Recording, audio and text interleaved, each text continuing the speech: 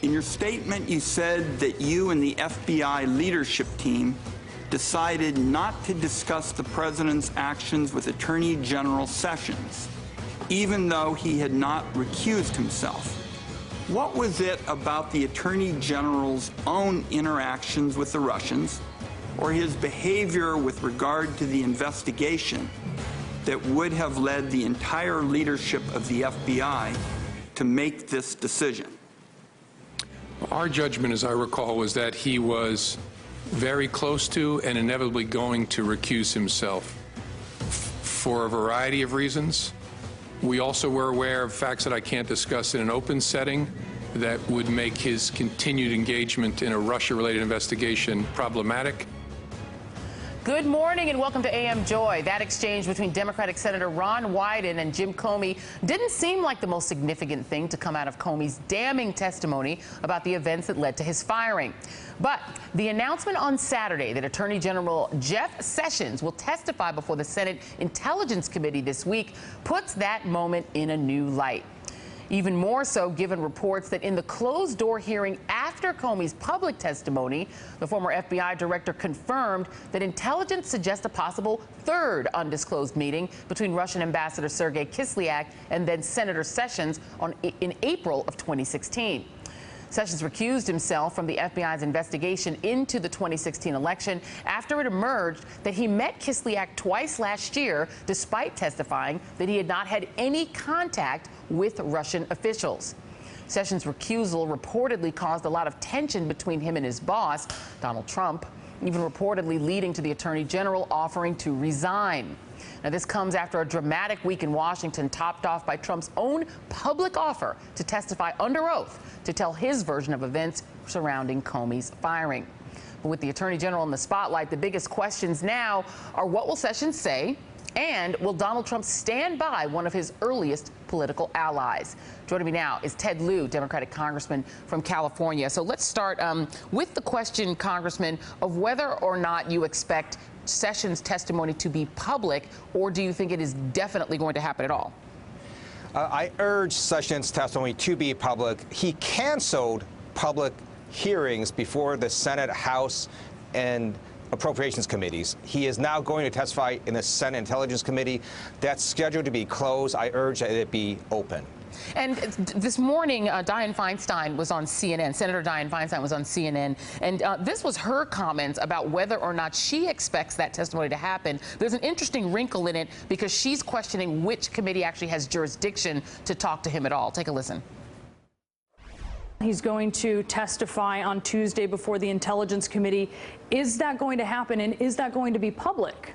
Don't know whether it will happen, don't know whether it's going to be public, and I challenge the jurisdiction to some extent. I'm on both committees, as you know. Judiciary and Intelligence. And, yes, and I believe that the Judiciary Committee has the oversight responsibility for the Justice Department. And so, Congressman, if there's now a question about which committee actually has jurisdiction over Sessions, he is obviously, oversight is provided by the Judiciary Committee. Do you think that the delay caused by those questions could mean that we won't hear from from Jeff Sessions? It's possible. I think the most important point is not which committee he testifies in, but that it's open so the American people can see what he's saying. And let me just take a step back. I don't even know why he is still Attorney General. He lied before Congress in order to get confirmed. That's a perjury charge. He also lied on his security clearance forms about his Russian meetings. Those are false official statements. He should have resigned months ago. And are you officially then calling for Sessions to resign? Absolutely. I've been calling for him to resign for months. Kamala Harris has been calling for him to resign. Leader Pelosi has been calling for him to resign. He needs to step down. And let's move on to his boss, to Donald Trump. He said quite boldly in his press conference on Thursday that he would 100% be willing to testify himself under oath about Jim Comey. Do you think that he should be subpoenaed and called to testify before Congress? I do. So this morning, President Trump tweeted that James Comey was cowardly. I thought James Comey showed a lot of courage in testifying under oath before Congress in an open hearing. I urge the president to show that same courage and testify under oath before Congress in an open hearing. And we're going to hopefully try to get that tweet up later because, yes, Donald Trump was up early this morning, as he loves to do, and tweeting directly about Jim Comey. In continuing to talk about Comey, do you feel that Donald Trump is actually building the case against himself? There's that tweet right there. I believe James Comey leaks will be far more prevalent than anyone ever thought possible. And then he puts in totally illegal question mark, very cowardly. That's a tweet you were just referring to. Sir, in your view, is that obstruction of justice? Because the question has been, are the sort of targeting of Jim Comey on Twitter, is that obstruction or maybe tampering with a witness? If President Trump is trying to get James Comey to stop talking, then yes, that could be obstruction of justice. And keep in mind, these are not leaks. A private citizen can disclose unclassified conversations today, yesterday, tomorrow. James Comey, like other prior administration officials, can write an entire book about unclassified conversations he had with the president. These are not leaks. Thank you very much, Congressman Ted Lieu. Appreciate your time. Thank you. Let's bring in my panel. Paul Butler, professor of law at Georgetown Law School. E.J. Dionne, Washington Post columnist and senior fellow at the Brookings Institution. Thank you. Jennifer Rubin, opinion writer at the Washington Post. And Caton Dawson, Republican strategist. Paul, I'm going to come right to you. You heard the congressman say Jeff Sessions lied to get confirmed, which he said is perjury in his view. And he also did not disclose on the forms he used to get a security clearance that he met with the Russians. And we now know, and this is cut one for my producers, that there were at least 3 meetings in April of 2016, in July of 2016, and in September of 2016, this third one that's been acknowledged by Jeff Sessions. In your view, has Jeff Sessions committed either perjury or a crime in terms of not disclosing his meetings? Yes, he has. The irony is that Sessions is the most conservative pro-law enforcement attorney general in decades. He wants to bring back the failed war on drugs. He loves stop and frisk. And during the campaign, he says America needs to put all of its bad guys in jail. But that apparently does not apply to his own conduct. Look, I filled out security clearance forms to get a top secret clearance. There's no way that you forget that you have meetings with the Russians, and then to be asked about it in testimony, and now to say, well, there were 2, and now he remembers a 3rd, you wonder whether there's a 4th or 5th. So not only do we think about whether his conduct meets the rules about the law that you have to fully disclose, you can't intentionally withhold when you fill out your security clearance form, we have to ask whether this man is fit to be Attorney General. Does he invest in the office the confidence, the integrity in the administration of justice that the nation's highest law enforcement officer needs? And I'll throw that question to you, Caton, because you have an Attorney General that's had to recuse on arguably the most important investigation in recent and modern history, if not in the last 20, 30 years of modern history, whether or not the Russians interfered with our elections. He's had to recuse from that because of his own contacts with the Russians.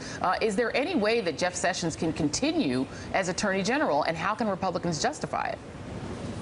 I certainly think he will survive being Attorney General. With Sessions reclusing himself, he was heavily involved in the campaign. I understand that. I'm not an attorney. I'm a political consultant. So at the end of the day, I think what you're going to find with Jeff Sessions is he's going to give you the answers. He is, just like the former panelist said, one of the most pro-law enforcement attorney generals we've seen in modern history. I think he's an honest man. I would comment to you, Joy, like we have on other shows, that these Russian diplomats must be the hardest working people in Washington. They seem to have met everybody. Whether the meetings constituted in basements or on street corners, I don't know. I think that's what we'll hear when we get the testimony, is the vein of what kind of meeting. Was this a hello, how are you? Was it a cocktail party? I don't know. If it was a structured meeting, then maybe Jeff Sessions will be in trouble. But he was a United States Senator first. So I don't think it's his responsibility in these casual settings, but that I understand is where they have met these people, these 2 ambassadors or diplomats. So I'm a reserved judgment, but I certainly don't think it's time for Jeff Sessions or the or the public to call for his head and resignation. Well, it's certainly his responsibility to disclose them if he's asked directly about foreign meetings, if he's trying to become Attorney General and not just a senator. But I want to make sure that we also talk about Donald Trump himself, because he's the other sort of potential star witness. And as one column pointed out, he could actually get greater ratings than Jim Comey. That might be an additional inducement for him to testify. This question of whether or not he asked for a pledge of loyalty from Jim Comey. I want to play a couple of things first. Let's start with Donald Trump's denial that well, we don't actually have, I don't think, audio of Trump denying that he talked about loyalty. But when he was at that press conference, he said, oh, no, I think we actually do. This is Jonathan Karl. This is cut 3. And this is him denying that he asked Jim Comey for a pledge of loyalty. Let's take a listen. And did he ask for a pledge of loyalty from you? That's another thing he said. No, he did not. So he said those things under oath. Would you be willing to speak under oath to give your version of those events? 100%.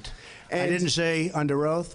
I hardly know the man. I'm not going to say, I want you to pledge allegiance. Who would do that? Who would ask a man to pledge allegiance under oath? I mean, think of it. I hardly know the man. Well, EJ, it turns out who would ask a man for a pledge of allegiance? It turns out it's Donald Trump. I want to play for you 1992, and this was a great find by a Twitter citizen about Donald Trump in 1992 on the Charlie Rose Show, talking about his views on loyalty. Take a listen. If given the opportunity, I will get even with some people that were disloyal to me. I mean, I had a group of people that were disloyal. But how do you define disloyalty? They didn't come to my aid. Well, what did they do? They turned their back on you? No, but they didn't do small things that would have helped. They didn't do large things. Give me one example.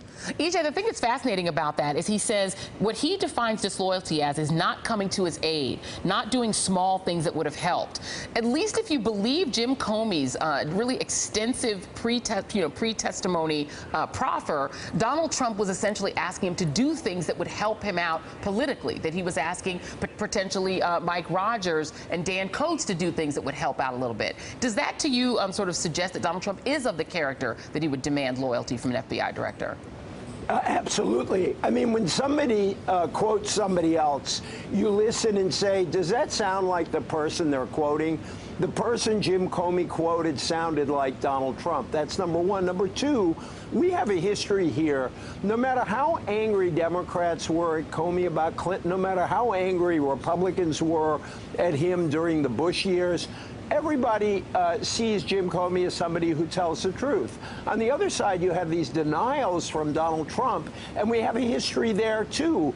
It's a history, number one, of not telling the truth, of outright lying at times, but number two, this promise to go under oath.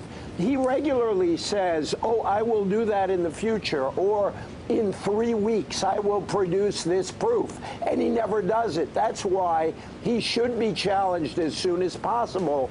Given a venue, say, Mr. President, you want to go under oath to deny what Comey said? Here's your chance. Go to it. And then let's see what he does. Yeah, and Jennifer, to DJ's point about Trump's history in terms of his truthfulness and veracity, there is a Washington Post article that talked about a 2007 lawsuit that he filed against a reporter who wrote a story he didn't like. He sued that reporter, accusing him of being reckless and dishonest in a book that raised questions about Trump's net worth. The lawyers confronted the mogul with his past statements and with his company's internal documents, which often showed those statements had been incorrect or invented. And they caught him 30 times lying in those depositions. Your thoughts, Jennifer? He is a liar. I think that came through loud and clear from Mr. Comey. And as the other guests have said, it's not just Comey who's going to confirm that. He's going to have had similar conversations asking, for example, to drop or let Flynn go. Trump has also denied that sort of conversation. So I think this is probably the easiest man to impeach because he not only has a record, but his lies are so, frankly, absurd. I do want to add something about Jeff Sessions, though. There are two things that he did during this investigation that in and of themselves deserve his resignation. One is he recused himself. He came back into an investigation that he said he wouldn't touch when he fired or helped to fire Jim Comey. That was clearly covered by his recusal, and it was totally inappropriate. And the next is that he failed to intervene, as Comey, in essence, asked him to do, when he was asked, don't leave me in a room with that man. So he failed in his fundamental duty to protect the FBI director, to ensure that the president wasn't behaving in improper and perhaps illegal ways. I have never seen a record in this short of time of a attorney general who's been this derelict.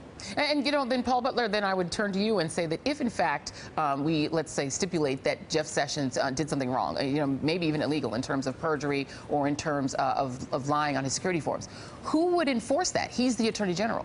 Yeah, that's right. So, you know, this could come under the purview of Bob Mueller and the special counsel. But right now, the Senate Intelligence Committee has the opportunity to ask some questions. He has to tell the truth, the whole truth, nothing but the truth. Senate, don't give him the pass, Sessions the pass that you gave the intelligence guys last week when they said they didn't want to answer questions because they didn't feel it wasn't appropriate. It was appropriate. I can't imagine a witness in another hearing saying, I don't want to answer questions because I'm in my feelings. Give me a break. Yeah. He would be held in contempt. If Sessions doesn't answer the questions, he should also be held in contempt. Paul Butler, thank you very much. Really appreciate it. The rest of the panel is going to be back later in the show, and Paul will definitely have you back. This is not ending anytime soon. And up next, Donald Trump's dangerous dance with Qatar. Stay with us. Hey there, I'm Chris Hayes from MSNBC. Thanks for watching MSNBC on YouTube. If you want to keep up to date with the videos we're putting out, you can click subscribe just below me or click over on this list to see lots of other great videos.